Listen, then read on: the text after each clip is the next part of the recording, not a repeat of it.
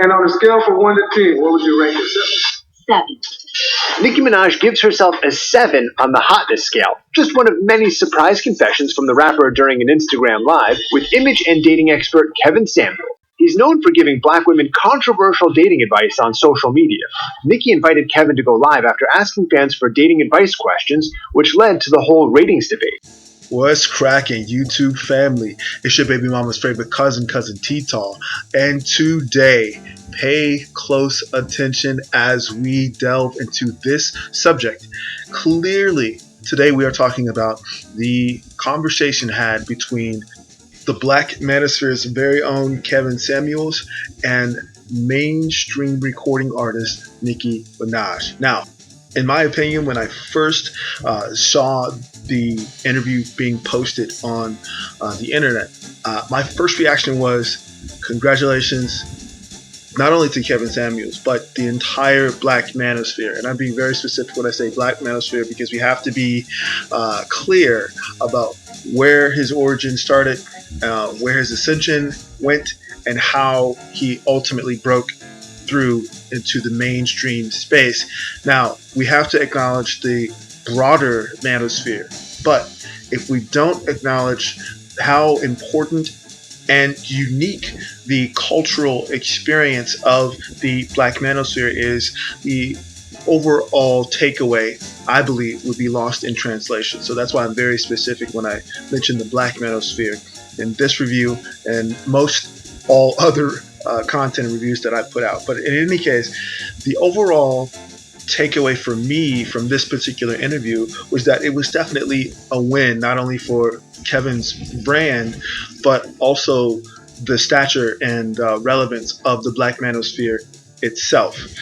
Now, as most have already seen and they know by now, just a brief summary of the interview itself, Nicki brought up Kevin as a result of her fans, asking her relationship and dating questions.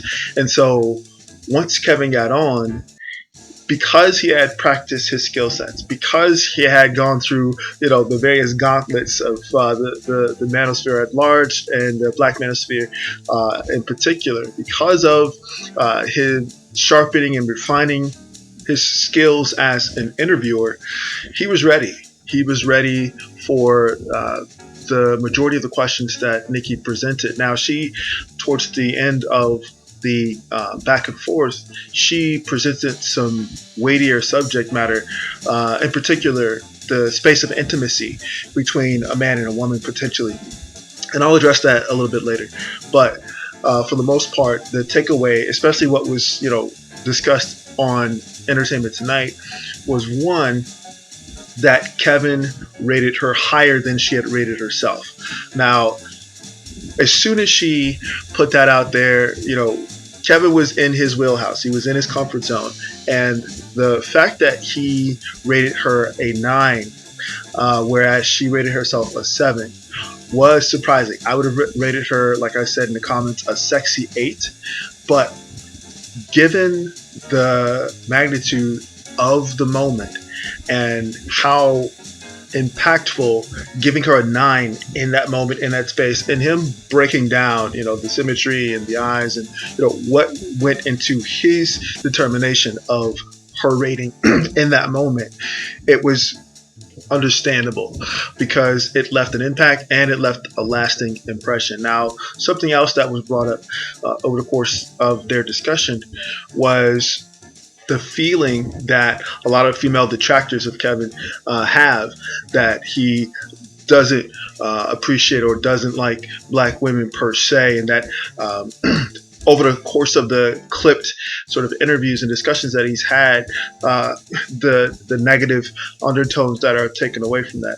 And that was something that he made sure that he took his time and slowly cleared up step by step by pointing out that he has specific spaces dedicated to black love, to black well-to-do, eligible people who are serious about looking for their complement.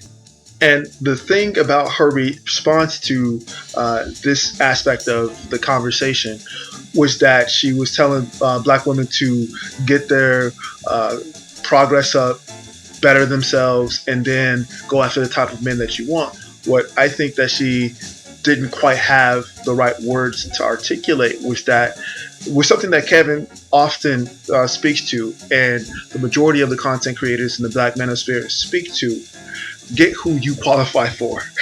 Okay, go after who you know you qualify for, and that for most women and some men is a hard pill to swallow. Let's just take, for example, Kevin's archetype of the high value man. Now, that could be a whole other conversation for another day, but on the screen is his drilled down bullet point version of the high value man archetype.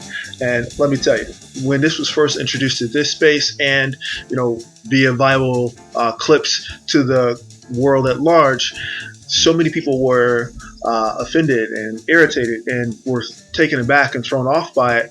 There were some who said, yeah, that sounds right. They identify with it. But for the majority of people, they were like, look at this, 10,000, whatever, all of these 6 points that you see on the screen now, even to the point of, people who I follow in other spaces posting graphics like this one that you see on your screen now.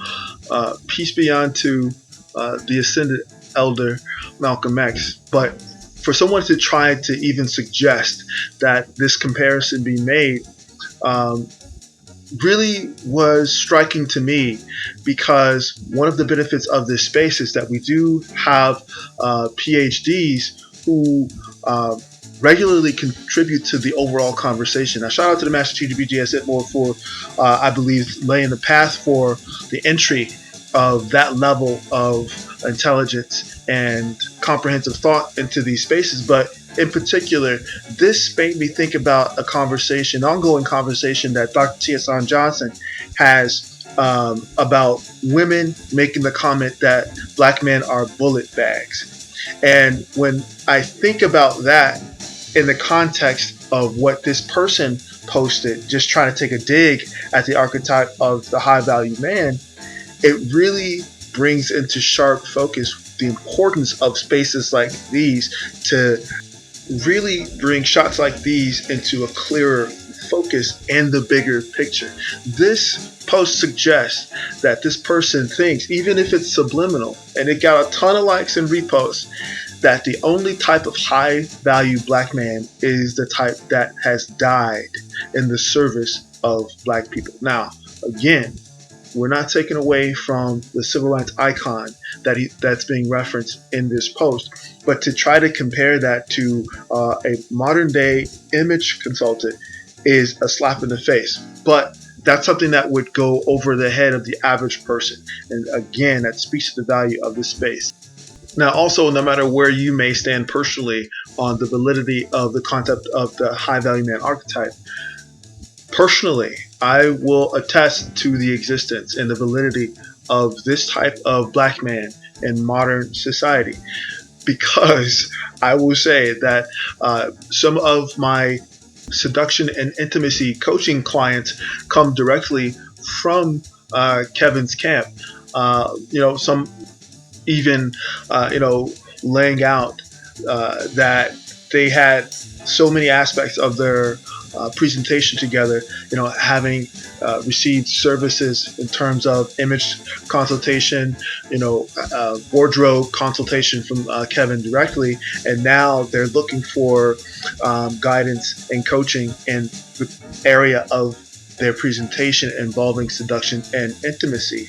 And let me be frank, these men are Fortune 50 guys. All right, I will not give any receipts. I will not provide any information. But let me just tell you this: they're jet setting. They're in different countries. When we're doing these consultations, and they speak to the value of the broad range of experience that they have been exposed to via the Black Manosphere.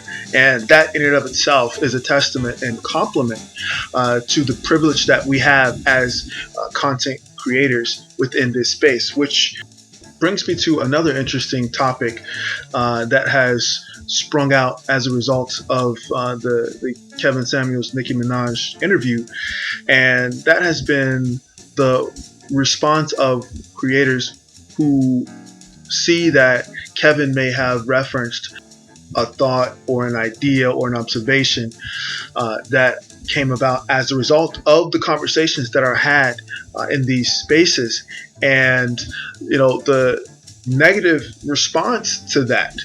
Um, I know that we are in an environment that prides itself on referencing the source, right? Source material or source, contributor. And let me be clear, that's why we write books.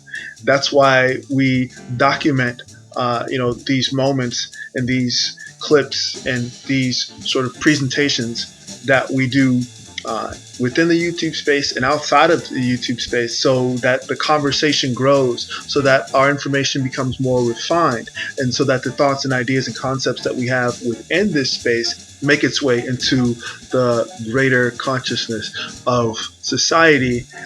I say this: if Kevin Samuels is the official / unofficial ambassador of this space, I say let's give him more information. Let's give him more talking points. Let's give him more context and ideas and thoughts.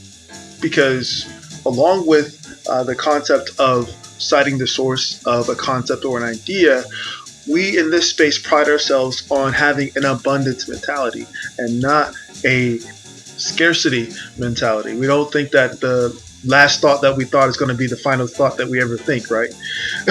So I say that we increase the amount of frequency that we produce our ideas and have these collaborative conversations and meaningful dialogues that ultimately make its way to the official / unofficial ambassador, so that he can incorporate those in a way that's palatable for the mainstream, because ultimately it's going to come back to the source. Anytime we see Kevin mention one of our ideas or concepts in a video, we can obviously clip that, obviously tag him, obviously put it on our channels, so that people are redirected to the source of where that refined concept or idea or span of experience ultimately came from.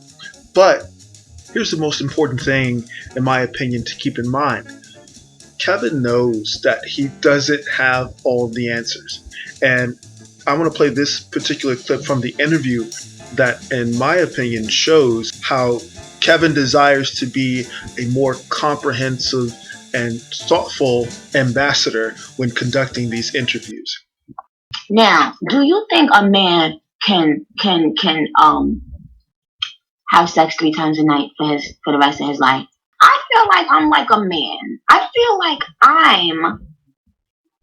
a lot of people throughout my life would tell me that I'm like a man, because I remember people would tell me I shouldn't expect as a woman to have a climax every time I do it, right? Like Hilton. And I said, excuse me, are you out of your fucking mind? Why wouldn't I want to climax every time I have intercourse? Just like you want to climax when you have intercourse. And I was accused of being like a man. Not in my, this is years ago. And I knew that wasn't going to work, child. Because it's not only about you. Well, What do you think about that? Well. So when I go to LA, I'll be talking to sexologists. Shampoo Dream. All right. In all honesty, I did not anticipate her name being brought up in this particular interview. I had already had a video planned that I was going to present covering a subject that was mentioned in a fairly recent interview that Shan Booty did. But look out for that to drop soon. In any case, did you see how he handled a subject matter within the realm of dating, mating, and relating with partners, with intimate partners? You see how he managed that? He did not necessarily have the answer right away, but he showed a sincere interest in furthering his vocabulary in terms of having a more comprehensive knowledge base, so that he can provide his interviews and ultimately his audience with more continuity between the various subject matter stemming around mating, dating, and marriage, but what goes on within those intimate spaces. But of course, you're here with your cousin, and so let me hit you with some abundance here. Here's a list of videos that I've dropped. You can certainly reference in answering or even approaching a solution to that specific subject in the order of importance, in my opinion. She didn't come, it's her fault. Is it a man's job to please a woman? The one thing that even women don't know about women. Do you have to hit the bottom, quote unquote, to please a woman? The all-time classics, levels of the D and how women respond, and of course, pussy juice. Gentlemen, the links to these videos are down below in the description. And to speak to what Nicki Minaj asked Kevin specifically, there is a recent Patreon drop, had to pull it out of the archives, just for the operatives over at the House of Technicians, entitled The P Codes to a Woman's Sweet Spot. So go ahead and head over to the Patreon and check that out if you have not already done so. But let's be honest, gentlemen, no matter where we may fall individually on the ambassadorship of Kevin Samuels for the Black Manosphere, for, against, or indifferent, we have to acknowledge the magnitude of this moment and the opportunity that we all have to not only inform, empower those who listen to us, and ultimately move the conversation forward. So as always, like, share, and subscribe. Let me know what you think in the comments down below. And this is your man, Cousin T, aka the Alpha Wingman, saying stay sharp and mission focused. Later.